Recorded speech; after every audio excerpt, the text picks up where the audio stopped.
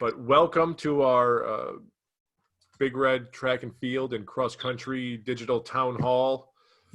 I'm going to share my screen once again to get us going here. And so welcome everyone. Couple housekeeping rules or recommendations as we get going here. Please mute yourself until we get to the end of the program where we'll have Q&A. Just so as our coaches and players are talking, we're able to hear them. We all, at least speaking for myself, very good chance of interruption via children or a number of things. So try to stay muted if you can. If you're looking to see who else is joining us tonight, you'll see a participants tab and a chat tab at the bottom of your screen. You can click on participants and should see a alphabetical list of names. Not everyone will be on camera, and so that's a quick way to see who's on there instead of searching around the screen for faces. And then chat, use that at any time to say hello to somebody or reflect on a memory, whatever may inspire you. You can use that to send out a message to everybody, and you can also use that to submit questions, and we'll kind of go through all the questions at the end of the program. With that, I want to introduce our coaches, and actually, pardon me, I'm going to stop my screen share for one moment here, and I'll quickly jump back into it.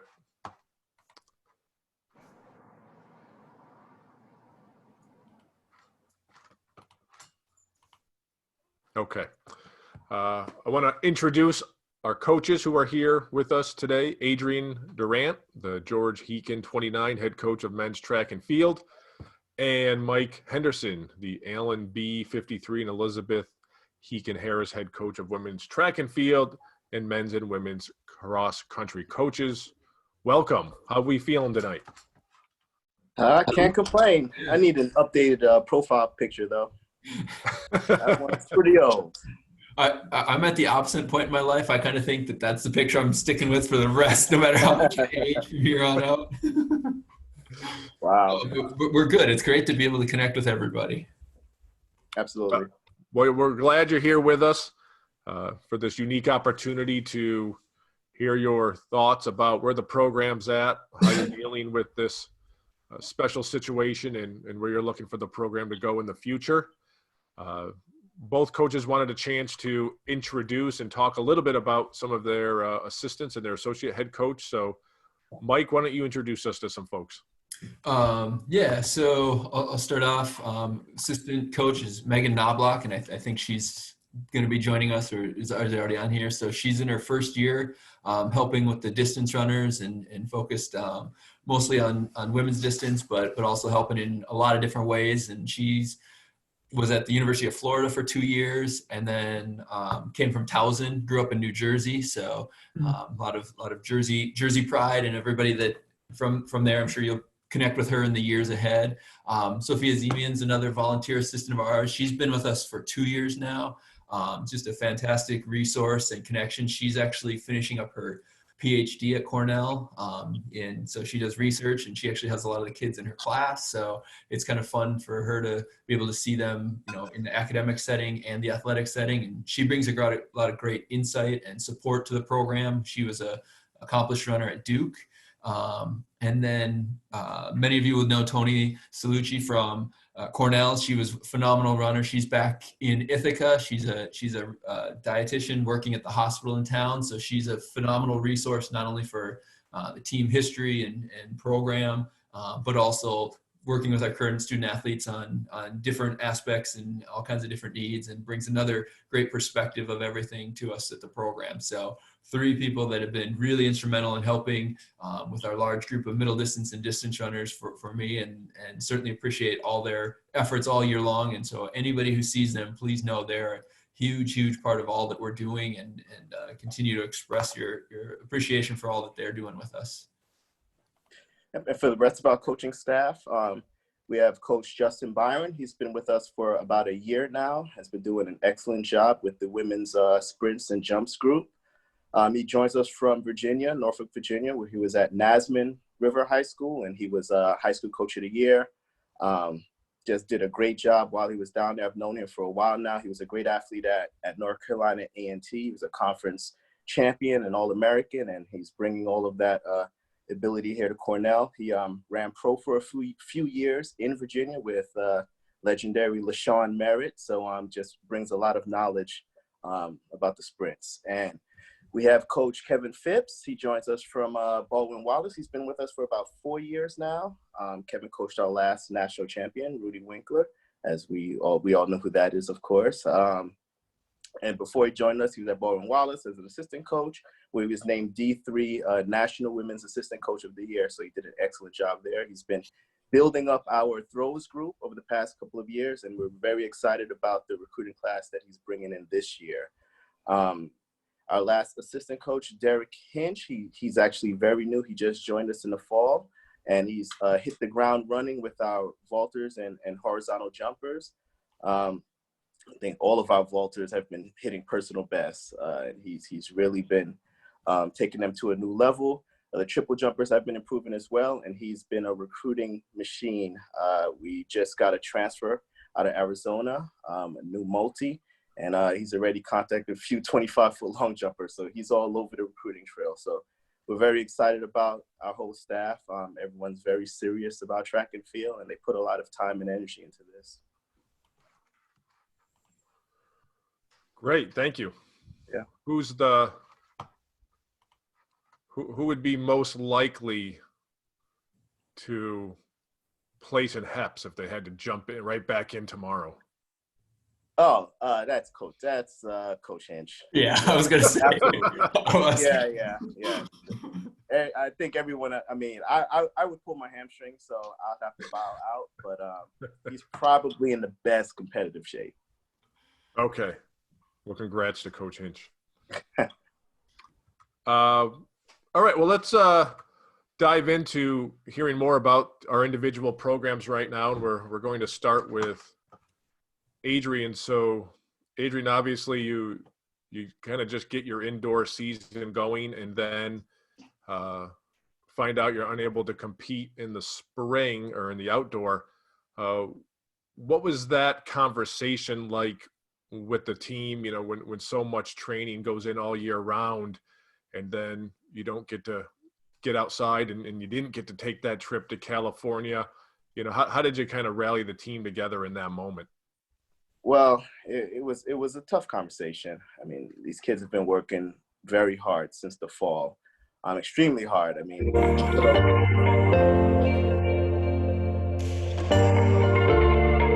Sorry. that's all right.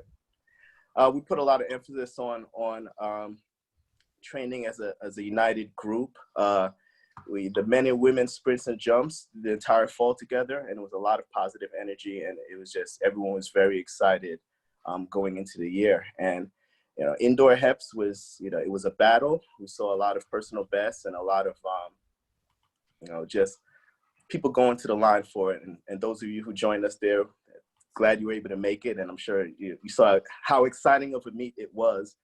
And so the energy was very positive coming off of the indoor HEPS, and just looking towards outdoor and thinking about Cali and how we're going to come, you know, just make a push for the outdoor season. Last year indoor, we finished 7th, and we got, I believe, 6th outdoor. This year we were 5th indoor, and we thought being in the top 3 was very possible. So it was extremely disappointing for a number of the guys, especially the seniors, who this would have been their last HEPS championship and their last time to represent a team that they love. This team is a big part of who they are. As you all know, who identify as Cornell track and field athletes for your entire lives and a member of this family, for them to lose their season, they really weren't prepared for it. And it was an emotional talk that we had with the team. But at the end of it, we all came together, and we just have to take it day by day and keep pushing forward. So the juniors and everyone else, the underclassmen, are very enthusiastic about next year, and we're looking towards the future. So we just saw a little bit of some of the team members there going at it.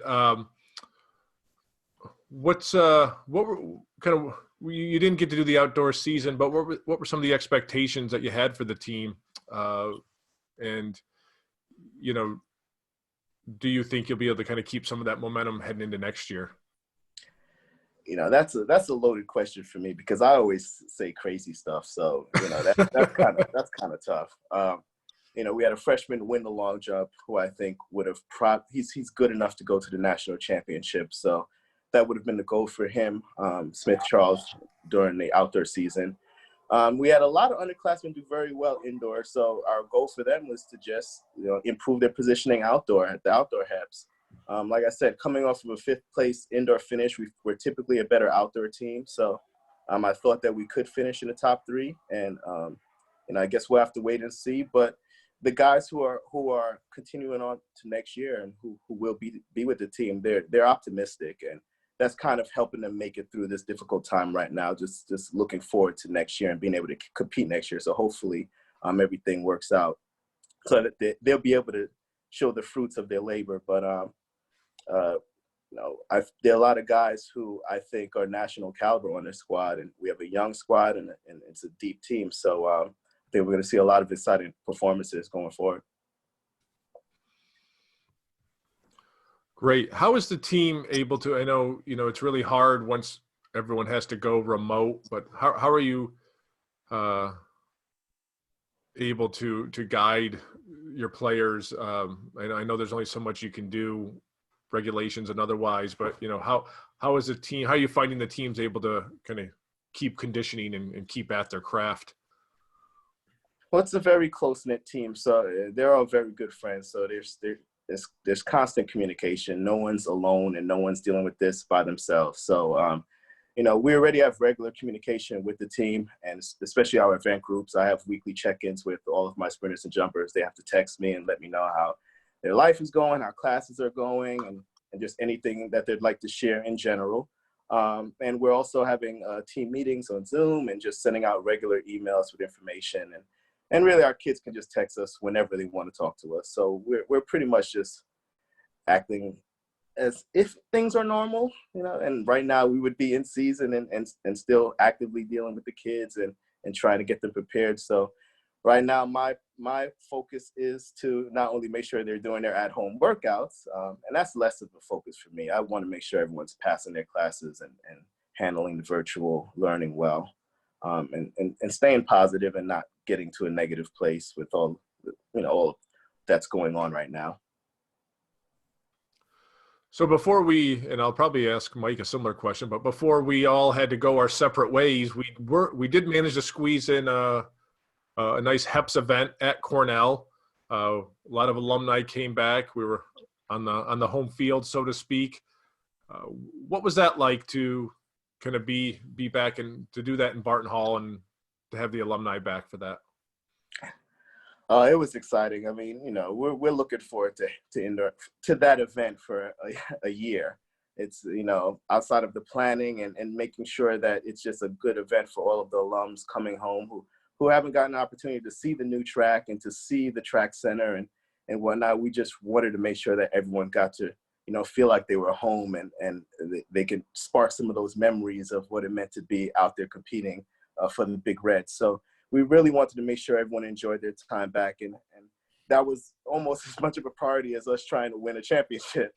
But so that was big. And we were just excited that it went the way it did. Of course, we want to do better as far as performances go. But, you know, with women picking up 3rd and men getting 5th and just some gutsy performances and positive energy and alums being back. And it just felt like one big family. So you know, it was a lot of anxiety going into it because you want to make sure things go well and, you know, the paint doesn't fall off the walls in the track center and, you know, come in last and it's just a terrible event. So, but, you know, once we got to it, you know, it was just a wonderful, wonderful occasion. And especially with Rich's retirement event, just kind of being the icing on the cake. So we're just thankful that it went the way it did.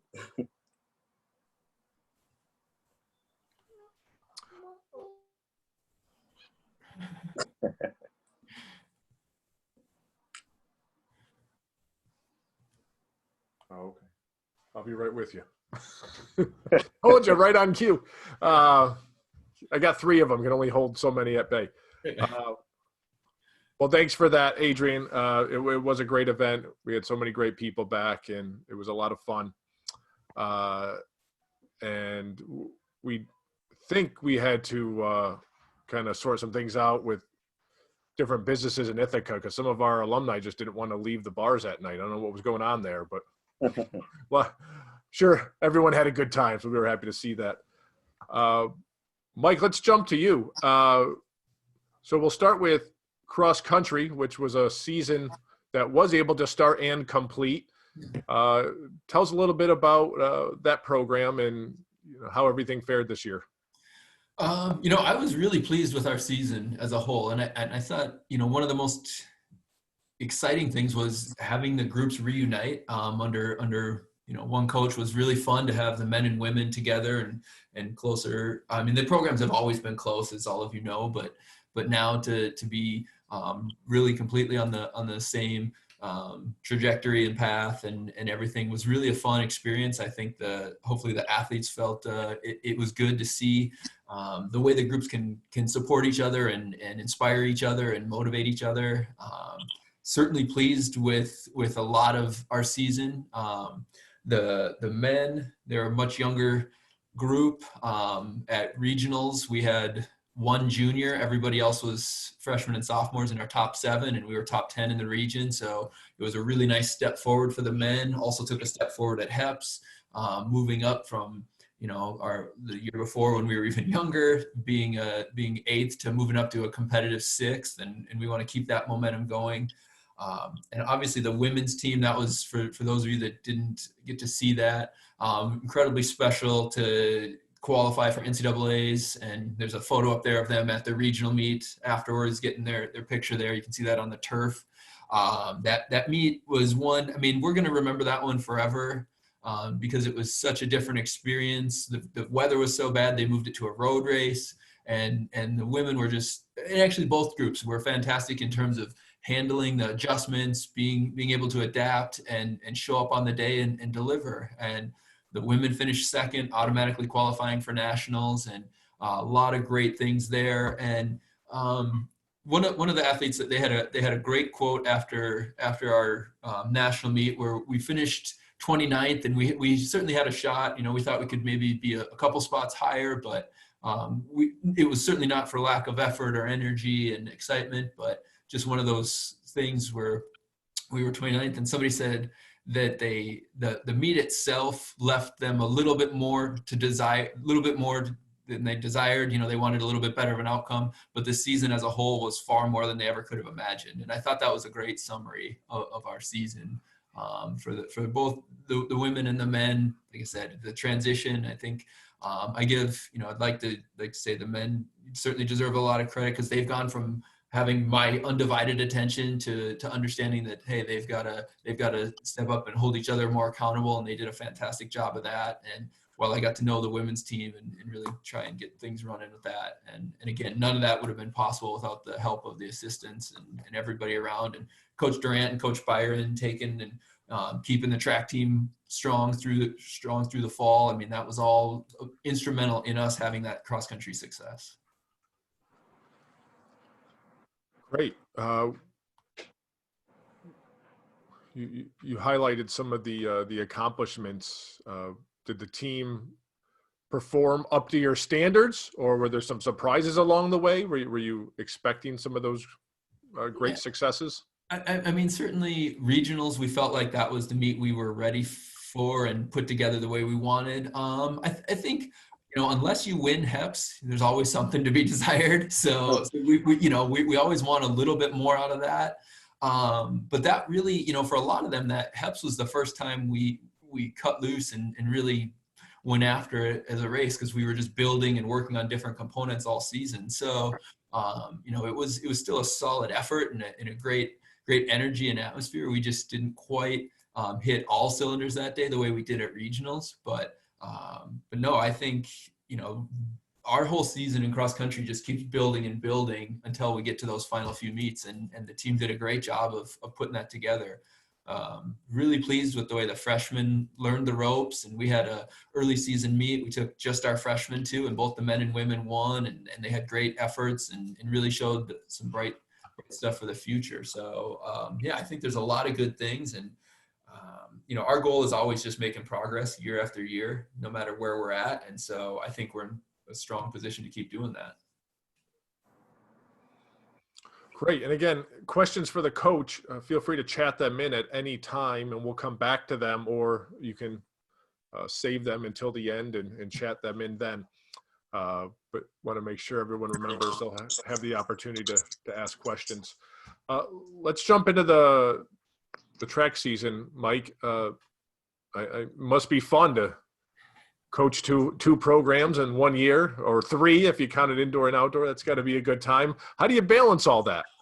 I mean, you mentioned you have great assistants. I guess that's a big part of it. That's a huge part of it. And honestly, the men and women on this team are just fantastic individuals. Like, they're still young adults and they're going to have some ups and downs, but they really have each other's interests at heart. They really have striving to be great individuals, but also be great teammates. And that is what makes all the difference, that they're really so team focused, and that they want to do the best they can. They want to achieve high success individually, but they want to bring each other with. And that's, to me, is what makes it possible. We know that they're going to help each other. They know that they're going to keep an eye on each other. They're going to hold each other accountable and help each other learn along the way. So it's a collective shared leadership. And that's one of the biggest things with the program. We're trying to put an emphasis on, the kids have ownership of it. Let them really take some ownership and leadership and just responsibility for it. Cause it's right. They're the ones that compete, right? They're the ones getting the awards and the medals and stuff. It's not us coaches. And so the more they understand that, I think the more they keep empowering each other. And that's what helps juggle all the different things that we do all season long. So what were your expectations heading into the indoor and outdoor season for the team, and how did it all come together for you at HEPS? Yeah.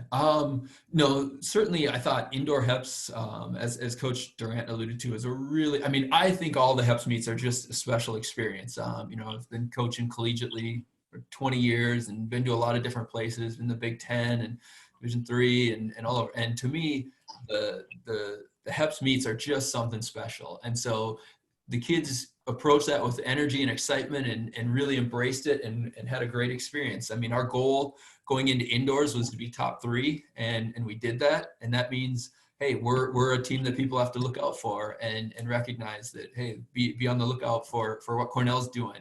I think the toughest part, as Coach Durant was saying, was I do think we're a better outdoor team. The women have a lot of strong events that pick up outdoor only, and we were going to carry over everything we were doing indoor. So we felt like we were an even better team outdoor.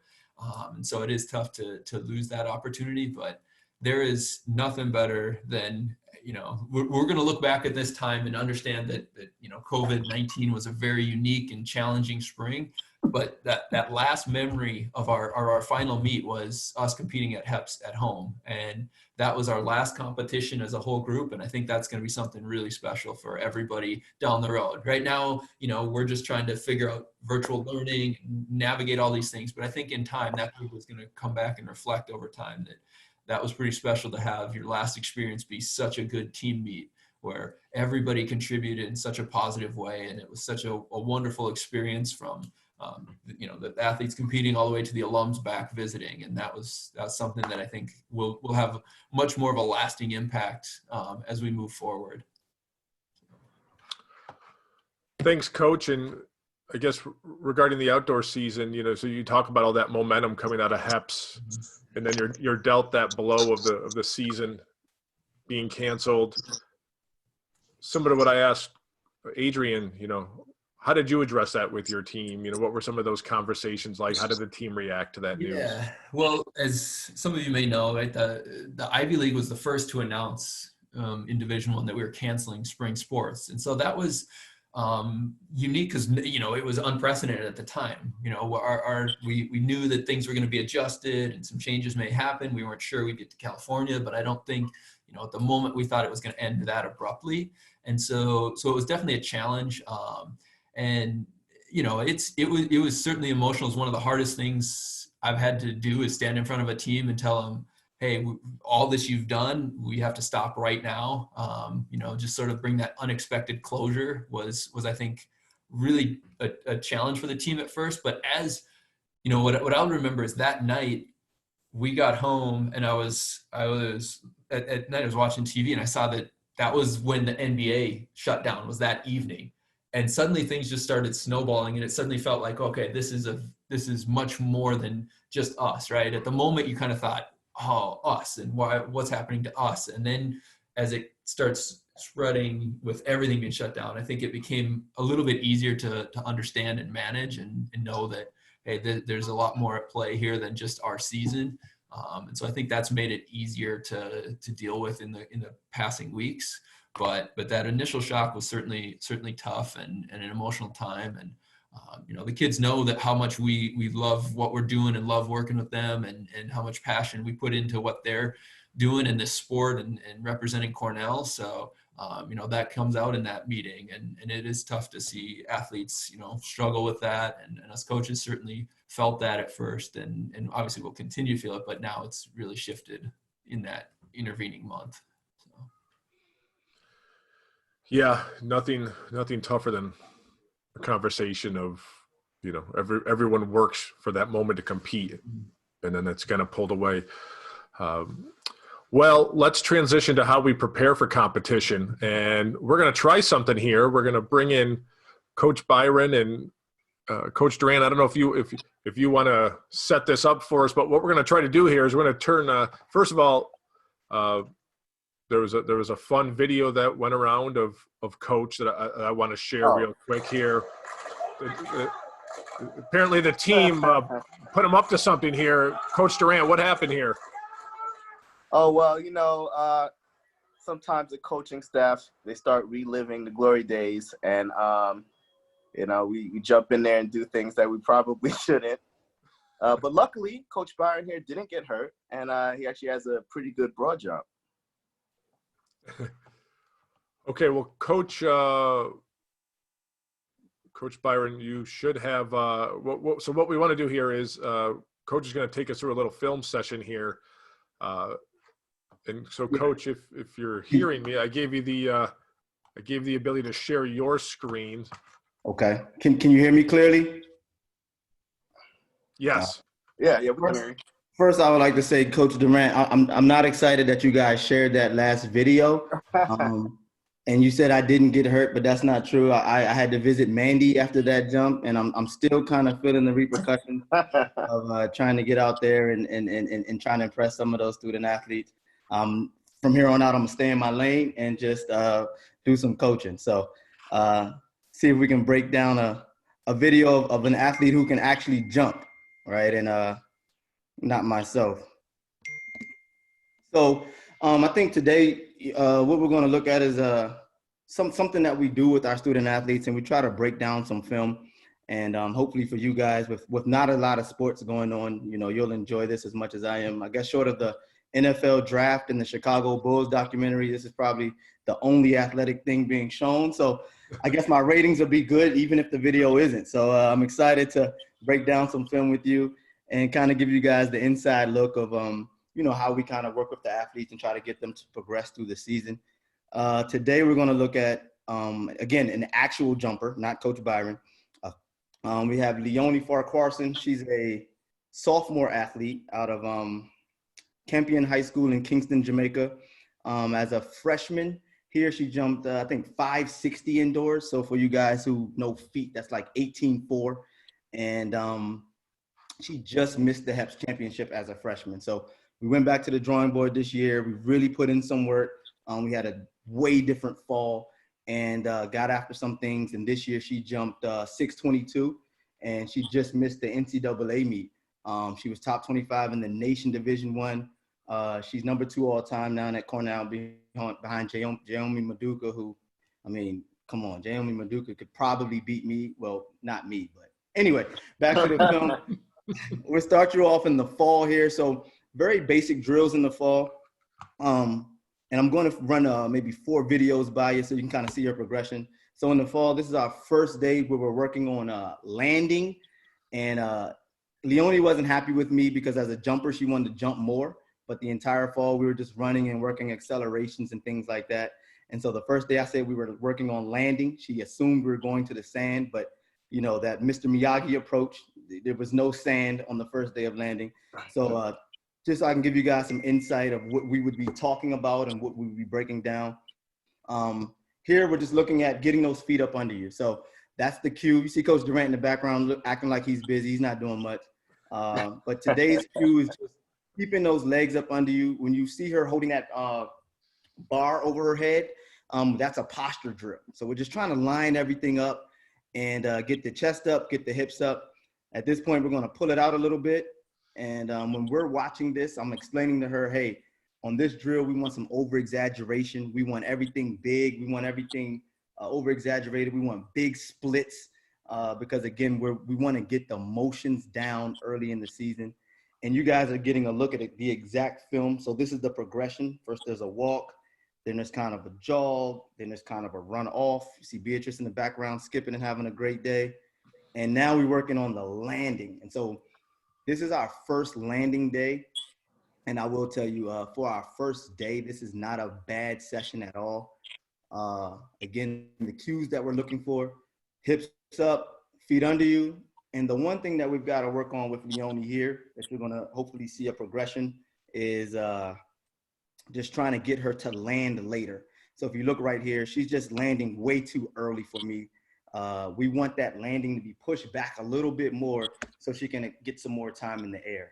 Gravity works, people, right? You're going to come down. There's no need to rush it. So this is Leonie's first meet of the season. And these are just her run-throughs. I'm a firm believer that you want to do those run-throughs with your sweats off, right? With the long jump, you definitely want to kind of get everything as consistent as possible. So we take our sweats off through the run-throughs. And I'll kind of break down what this approach is looking like. Here in the beginning, we're just focusing on pushing out the hole. We want acceleration. We want patience. We don't want to rush it. Once we get inside that white line there, that's about 10 meters away from the board. At this point, we want to get aggressive. We want to start seeing those drills kick in where we are really looking at moving everything down underneath of us and hips up. So hopefully, if you're looking at this, you can see a change in aggression once she gets inside that critical zone, which is that last line. And again, if I'm watching film with her, that's the one thing that I'm telling her, hey, when you get to that line, I need you to be a beast, right? I need everything to come together. We're consistent early in the approach, but once you enter that critical zone, you've got to own it. We want to be the best there in the nation, and she's doing a really good job. Like I said, prior to this year, she was about 560. And in her first meet, she went 570. So great improvement there. But we still got to work some hips. So this is a session in February. Again, more drills, working on getting those hips up. This is a bit of an advanced drill here. Early in the fall, we're trying to see her run up those stairs. And so now we're actually going to simulate what that jump will feel like.